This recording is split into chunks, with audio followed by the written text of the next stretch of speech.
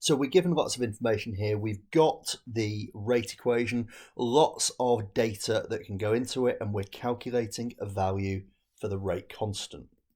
We need the rate constant and we need the units. So the first thing to do is to rearrange that rate equation to make k the subject, which we can see has happened here.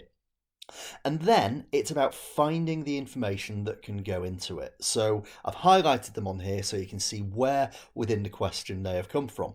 We've got the 3.1 by 10 to the minus 3 divided by the 0.48 multiplied by 0.23. And that takes us to an answer of 2.8 by 10 to the minus 2. So we've got two of the marks, but we need the units as well. Now with the units, you get to a point potentially where you remember them, but you can always work them out.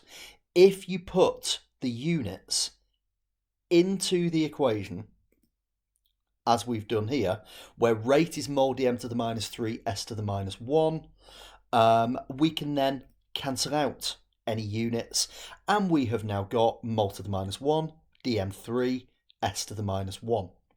The mol to the minus 1 dm3 comes from the fact that it's 1 over mol dm to the minus 3. So we're just putting it into standard form. Quite a common question here. Again, lots of information provided, and you're also going to use things that we've already touched on earlier within the question. So maybe before you begin, it's worth going through and highlighting exactly what you have, and it's the highlighting that I've done on the next page. You might do it by underlining. So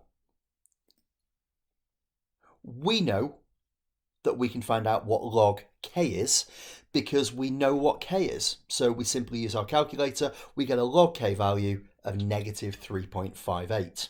We got our k value in 3.1.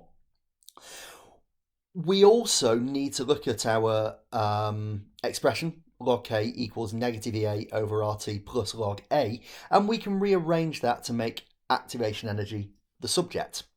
And when we do that, we end up with EA equals RT multiplied by log A, take away log K.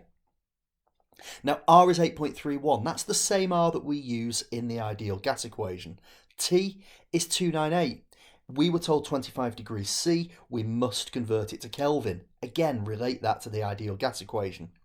We've just worked out log K, negative 3.58, and we have been given log A in the question. You can see it highlighted in blue.